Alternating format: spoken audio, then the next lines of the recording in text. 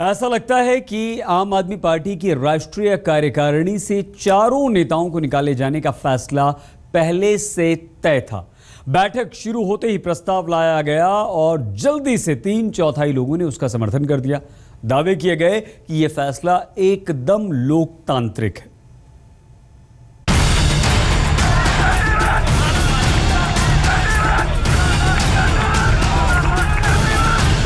मुझे बहुत दुख के साथ कहना पड़ रहा है कि इस राष्ट्रीय कार्यकारिणी की बैठक में लोकतंत्र की हत्या हुई है।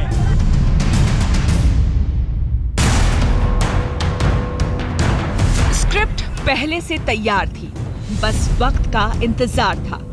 कापसहीड़ा में फार्म हाउस के बाहर योगेंद्र यादव और प्रशांत भूषण के खिलाफ तख्तियां टंग चुकी थी, नारे भी लग रहे थे। 10 बजे राष्ट्रीय परिषद की बैठक शुरू हुई और चंद मिनटों के भीतर योगेंद्र यादव और प्रशांत भूषण बाहर निकल आए। बाहर आकर योगेंद्र ने कहा कि लोकतंत्र की हत्या हुई है। मुझे बहुत दुख के साथ कहना पड़ रहा है कि इस राष्ट्रीय कार्यकारिणी की बैठक में लोकतंत्र की हत्या हुई है। यहाँ मारपीट चल रही है। हमारे साथ रमजान चौधरी हैं, नेशनल काउंसिल के मेंबर। इनको काउंसिल की मीटिंग के बीच में से घसीट के बाउंसर्स ने लात मारी और इनके शायद हड्डी में चोट पहुंची है। योगेंद्र यादव, प्रशांत भूषण, प्रोफेसर आनंद कुमार और अजीत झा के मीटिंग से बाहर आने के बाद ये साफ हो गया कि उन्हें राष्ट्रीय कार्यकारिणी से बाहर कर दिया गया है। दरअसल बैठक में जैसे ही केजरीवाल का भाषण खत्म हुआ, मनीष सिसोदिया ने चारों नेताओं को बाहर किए जाने का प्रस्ताव रखा। बैठक में कुल 309 सदस्यों में से 247 ने प्रस्ताव का समर्थन किया और 8 सदस्यों ने विपक्ष में वोट डाले। 54 सदस्यों ने ना तो प्रस्ताव का समर्थन किया और ना ही विरोध किया। राष्ट्रीय परिषद ने सामूहिक रूप से कोई फैसला लिया है और 247 लोगों के सिग्नेचर हैं। 8 लोगों ने खिलाफ, वहां पे बैठे हुए लोगों ने उनके पक्ष में भी वोट दिया है 8 लोगों ने। तो अगर वो 8 लोग हमारे किसी दबाव में होते और जैसा वो बता रहे हैं बाउंसर और मारपीट हम कर रहे हैं, 8 लोगों ने तो उनके पक्ष में वोट दिया। कुछ योगेंद्र यादव, प्रशांत भूषण, आनंद कुमार और अजीत झा को राष्ट्रीय कार्यकारिणी से बाहर किए जाने के बाद दोनों ओर से आरोपों प्रत्यारोपों का दौर जारी है। बहरहाल ये साफ है कि कई दिनों से जारी ड्रामेबाजी का अंत वही हुआ जिसके कयास लगाए जा रहे थे। आम आदमी पार्टी की राजनीति के इतिहास में आज ऐसा भी दिन आएगा, इसकी कल्पना 1.5 साल पहले शायद किसी ने ना की हो। इस हाई वोल्टेज ड्रामे की स्क्रिप्ट तो बहुत पहले ही लिखी जा चुकी थी, लेकिन कहानी में असली ट्विस्ट अरविंद केजरीवाल के स्टिंग ऑपरेशन के बाद से ही सामने आया। आज के पूरे घटनाक्रम ने ये जरूर साफ कर दिया कि भविष्य में आम आदमी पार्टी में अगर किसी की चलेगी तो वो है सिर्फ और सिर्फ अरविंद केजरीवाल। कैमरा पर्सन अनिल जायसवाल के साथ रीमा पाराशर, दिल्ली, आज तक। योगेंद्र यादव, प्रशांत भूषण का यह दावा है कि मीटिंग के दौरान उनके साथ मारपीट की गई, लेकिन दूसरी तरफ से आरोप लगाए गए कि बैठक में हंगामे की कोशिश की जा रही है।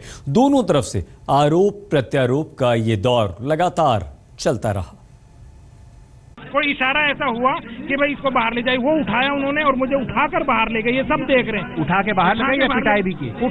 पहले उठाकर बाहर ले गए, बाहर जाकर पिटाई की उन्होंने। एक ने मुझे यहाँ लात मारी है, मेरे यहाँ पूरा इसमें वो है, चोट है, शायद हड्डी टूट गई है।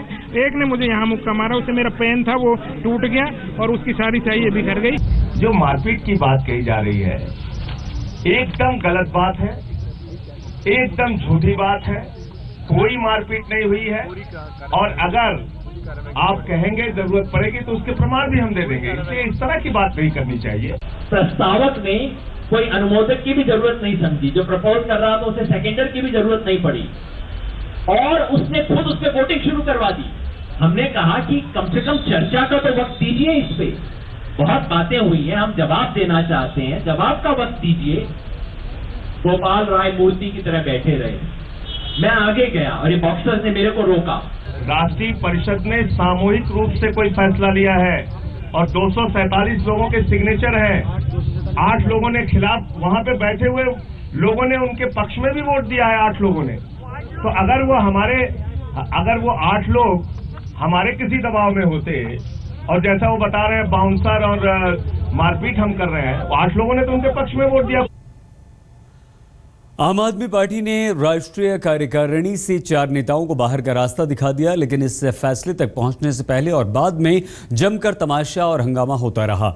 बैठक से पहले योगेंद्र यादव धरने पर वहीं बैठ गए और बैठक के दौरान मारपीट के भी आम आदमी पार्टी पर आरोप लगे।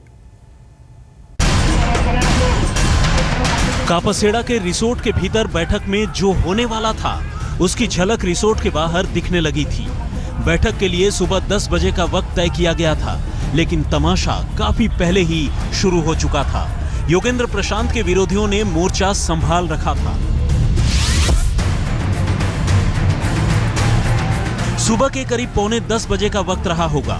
रिसोर्ट के गेट पर योगेंद्र यादव के साथ धक्का मुक्की हुई और विरोध में जमकर नारेबाजी भी। गेट पर हंगामे के बीच घड़ी की सुइयों ने जब सुबह के 10 बजे का वक्त दिखाया तो राष्ट्रीय परिषद की बैठक शुरू हो गई, लेकिन योगेंद्र यादव को भीतर नहीं जाने दिया गया। योगेंद्र यादव बैठक में एंट्री को लेकर वहीं धरने पर बैठ गए। योगेंद्र यादव जी राष्ट्रीय परिषद के जो सदस्य हमारे साथ बैठ गए हैं, आनंद कुमार जी हमारे साथ मौजूद हैं और पीछे अगर हम दिखाना चाहें पीछे की तो देख सकते हैं यहाँ इस वक्त राष्ट्रीय परिषद के तमाम सदस्य, उनको निमंत्रण था, पिछली मीटिंगों के सदस्य थे, कोई बदलाव नहीं हुआ है, उनको रोका गया। क्यों रोका गया इसको हमारे सचिव बता सकते हैं। आम आदमी पार्टी के प्रवक्ता पास से गुजरे, लेकिन योगेंद्र को मनाने की कोशिश नहीं की। क्या उन्हें मनाने की कोशिश होगी, अंदर ले जाने के लिए कहा जाए? अरे भाई, अगर वो धरने पर बैठे हुए तो अपनी इच्छा से बैठे हुए, कोई जबरदस्ती तो है नहीं। कोई अगर जबरदस्ती हो तो बताइए आप मुझे। करीब आधे घंटे तक योगेंद्र धरने पर बैठे रहे और तब उन्हें बैठक में एंट्री की इजाजत दी गई। तब 12 बजने में करीब 5 मिनट का वक्त रहा होगा जब योगेंद्र बैठक से बाहर आ गए। उनके साथ राष्ट्रीय परिषद के दूसरे सदस्य रमजान चौधरी भी थे। बाहर आकर योगेंद्र ने आरोप लगाए कि रमजान चौधरी के साथ बैठक में मारपीट की गई है। यहाँ मारपीट चल रही है। हमारे साथ रमजान चौधरी हैं, नेशनल काउंसिल के मेंबर। इनको काउंसिल की मीटिंग के बीच में से घसीट के बाउंसर्स ने लात मारी। एक अलग विचारधारा, सिद्धांतों और आम आदमी की दुहाई देने वाली पार्टी में आज वो सब हो गया जो कि राजनीति की धुरंधर पार्टियों में भी आज तक शायद पहले कभी ना हुआ हो। अनुशासनहीनता के नाम पर आम आदमी पार्टी की राष्ट्रीय परिषद की बैठक आज किसी बॉलीवुड की मसालेदार फिल्म से कम नहीं रही। थोड़ी देर में प्रशांत भूषण भी बैठक से बाहर आए और कहा कि जैसा एक दिन पहले केजरीवाल ने स्टिंग में कहा था वैसा ही किया, लात मारकर बाहर निकाल दिया।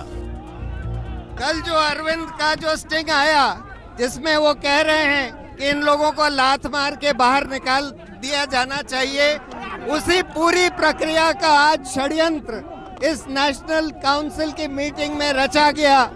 ऐसे ऐसे गुंडों को यहाँ लाया गया जो कि आज कुछ हमारे एमएलएस कहे जाते हैं, वो वहाँ गुंडागिरी कर रहे थे, लोगों को पीट रहे थे। मैं इस लड़ाई झगड़े के लिए नहीं आया था।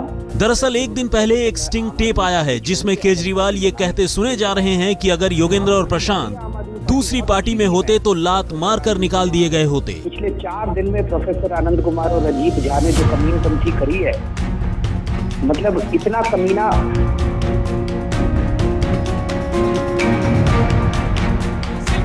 बात बढ़ी और योगेंद्र प्रशांत के आरोप बैठक के भीतर पहुंचे तो संजय सिंह सामने आए और मारपीट के आरोपों को खारिज कर दिया। उल्टा रमजान चौधरी पर हल्ला हंगामा करने के आरोप लगाए। कोई मारपीट नहीं हुई है, किसी भी प्रकार की कोई मारपीट नहीं हुई है। जिस रमजान भाई की बात कर रहे हैं, रमजान भाई खुद मीटिंग में खड़े होकर चिल्लाने लगे हमारे अरविंद की स्पीच के दौरान।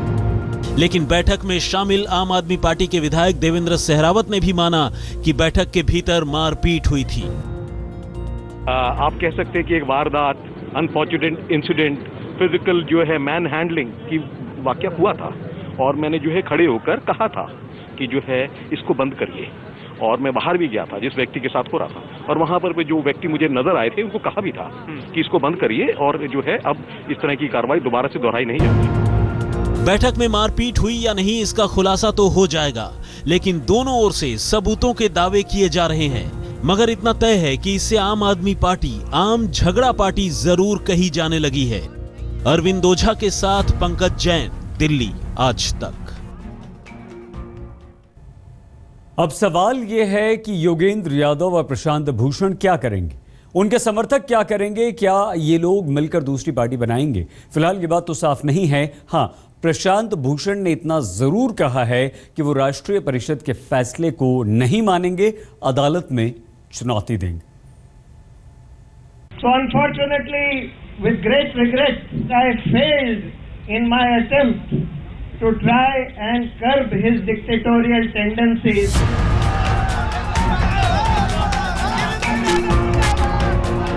योगेंद्र यादव और प्रशांत भूषण को राष्ट्रीय कार्यकारिणी से बाहर कर दिया गया। तो सवाल ये कि अब क्या होगा? क्या योगेंद्र यादव और प्रशांत भूषण आम आदमी पार्टी को तोड़ेंगे और अलग पार्टी बनाएंगे? न छोड़ेंगे न तोड़ेंगे, ये देश की पार्टी है, इसको सुधारेंगे और सुधरेंगे। तो क्या नई पार्टी बनाने की उम्मीद है? न छोड़ेंगे न तोड़ेंगे। लेकिन निकाल दिया गया सर। नहीं, राष्ट्रीय कार्यकारिणी से निकाला गया। हाँ, पार्टी से नहीं निकाला गया है। फिलहाल राष्ट्रीय कार्यकारिणी से बाहर किए गए चारों नेताओं की रणनीति क्या होगी ये साफ नहीं है, लेकिन राष्ट्रीय परिषद के फैसले को कोर्ट में चुनौती देने की तैयारी जरूर हो रही है। ये आपकी बात पूरी सही है कि ये पूरी मीटिंग बिल्कुल गैर संवैधानिक थी। ये आपकी बात सही है कि हम कोर्ट जा सकते हैं, ये आपकी बात सही है कि हम इलेक्शन कमीशन भी जा सकते हैं, ये भी आपकी बात सही है कि एक दूसरी मीटिंग नेशनल काउंसिल की हो सकती है जिसमें कि दूसरे फैसले लिए जाएं। उधर केजरीवाल समर्थक कह रहे हैं कि सब साजिश है। जिस तरीके से इस पूरे घटनाक्रम को स्क्रिप्ट किया गया उसके पीछे योगेंद्र यादव प्रशांत जी की बहुत पहले से समझी बूझी चाल है। इस बीच कुछ विरोधियों ने आम आदमी पार्टी के झगड़े पर चुटकी ली तो कुछ ने नसीहत दी। एक उम्मीद और अपेक्षा के साथ दिल्ली की जनता ने एक सरकार बनाई है। केवल राजनीतिक अनुभवहीनता उसके आधार पर इस ऐतिहासिक अवसर को न खोएं। अपने राजनीतिक महत्वाकांक्षाओं की लड़ाई ये लोग लड़ रहे हैं, ये इनको शोभा नहीं देता और ये लोकतंत्र के लिए भी अच्छा नहीं है। ये दिल्ली की जनता ने जिस उम्मीद से इनको चुना है, इन लोगों को दिल्ली की जनता को वापस उसी उम्मीद के ऊपर खरे उतरते हुए काम करते हुए नजर आना चाहिए। उधर अन्ना कह रहे हैं कि ये पार्टी का आंतरिक मामला है, ये उनका अंदरूनी मामला है, उसमें हम क्यों जाना है? वो हमारे विचार के परे है वो सब। आम आदमी पार्टी में जो कुछ हो रहा है उस पर केजरीवाल ने फिलहाल चुप्पी साध रखी है।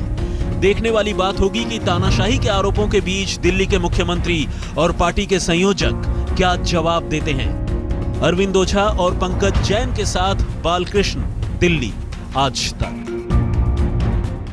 आम आदमी पार्टी की राष्ट्रीय कार्यकारिणी में जमकर हंगामा हुआ। बैठक के बाहर ड्रामा था तो बैठक में भी खूब हंगामा था। बैठक की शुरुआत हुई केजरीवाल के प्रिय गीत से और उसके बाद अरविंद केजरीवाल ने करीब 40 मिनट भाषण दिया, एक कहानी भी सुनाई। केजरीवाल की कहानी साफ साफ ये इशारा कर रही थी कि राष्ट्रीय परिषद का फैसला क्या होने वाला है। इंसान का इंसान से हो भाईचारा, यही पैगाम हमारा।